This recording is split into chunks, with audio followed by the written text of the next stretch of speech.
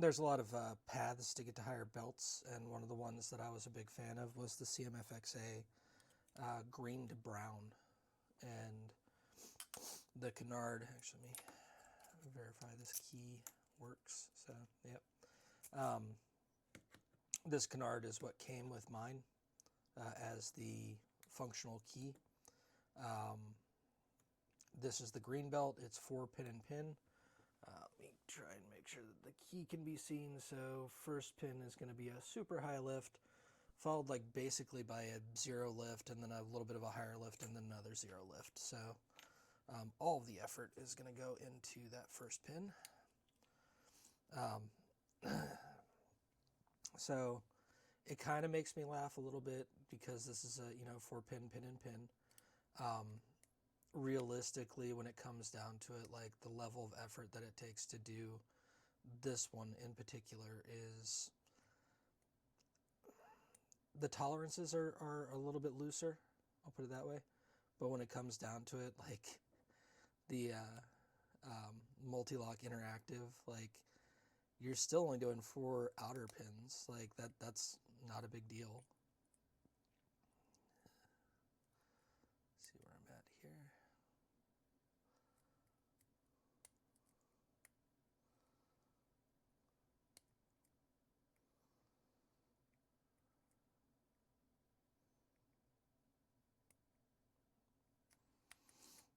And get all the way to the back.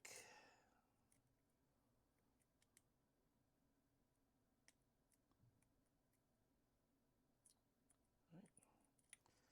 And start feeling on those inners, feel whether or not those are ready.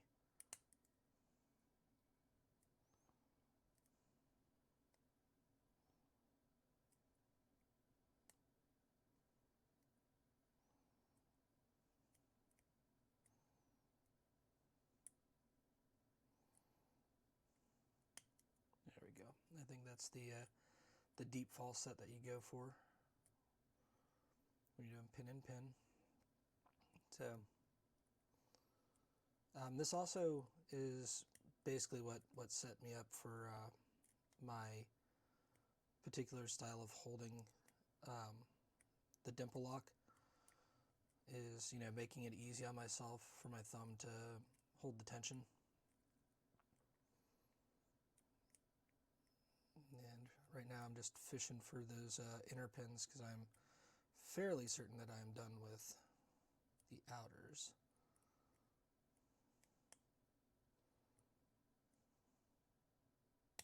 There we go. Ooh, that was a deep one. Yeah, I'm willing to bet I've only got 1 inner pin left at this point then. And more than likely the back guy. It's usually the way it works for me.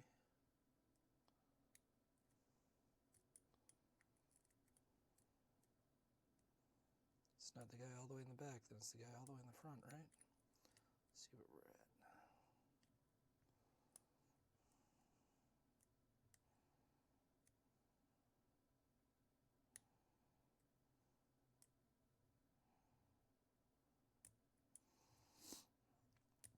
And I think I've seen a few people in forums do the, you can click it a little bit. If there's anything wrong with any of the inners, then that'll become apparent pretty quick.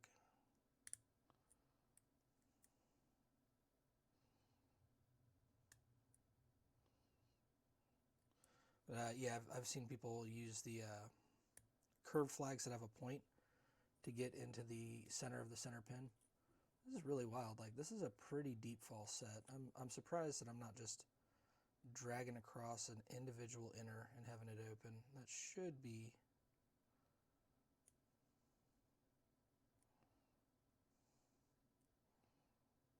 There we go.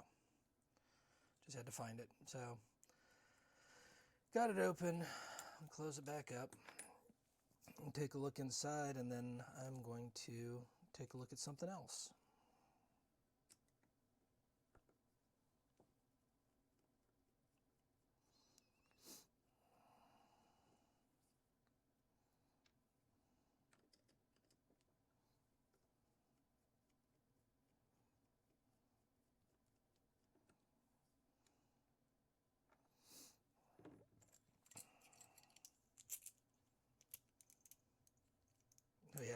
That's the other annoying thing about this lock.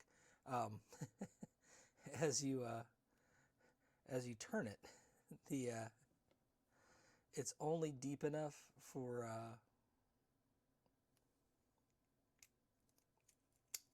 oh, there goes my pins.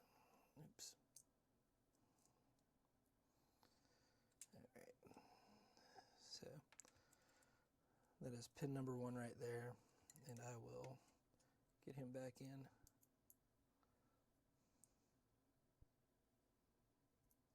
There we go.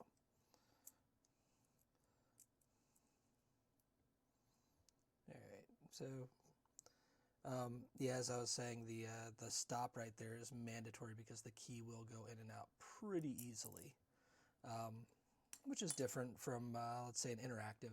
Interactives, because they're interactive, will stop. They've got that little button that'll come up. So there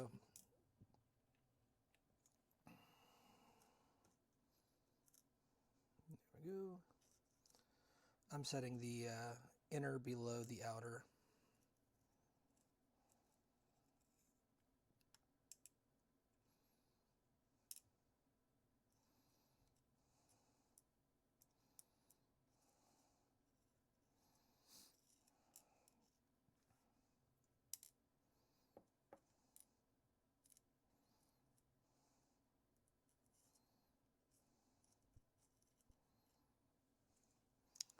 And then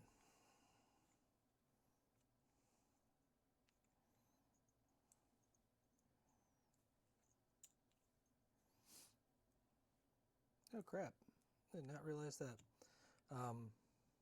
That's wild. This is serrated.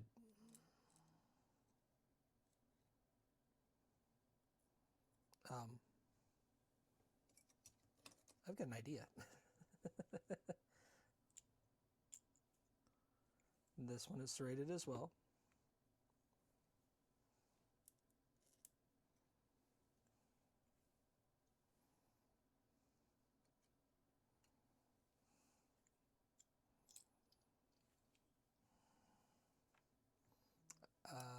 This is serrated as well.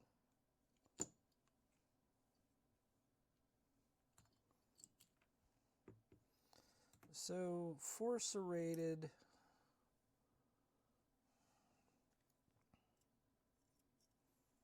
there we go.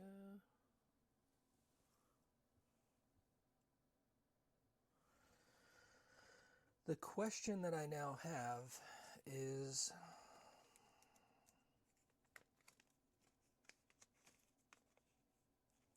grab a standard here. So this is a Mul-T-Lock standard. I sincerely doubt that they are that close in size. No, they are. Well, I suppose if you guys desperately need serrated pins, you may be able to get them through your Kenaurd. Now, if these pins are in fact interchangeable, it may be worthwhile when you're playing with spools to go ahead and test out spools inside of this. To be completely honest, in my opinion, you get a significantly better feedback out of the Kenaurd, or pardon me, out of the spools than you do out of the standard. And with these being serrated, it's kind of you're getting some level of feedback that you are not getting with standard.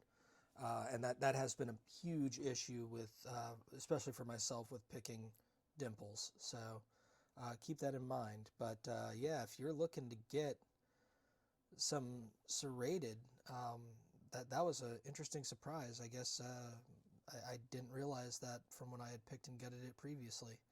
But all right, thanks for watching.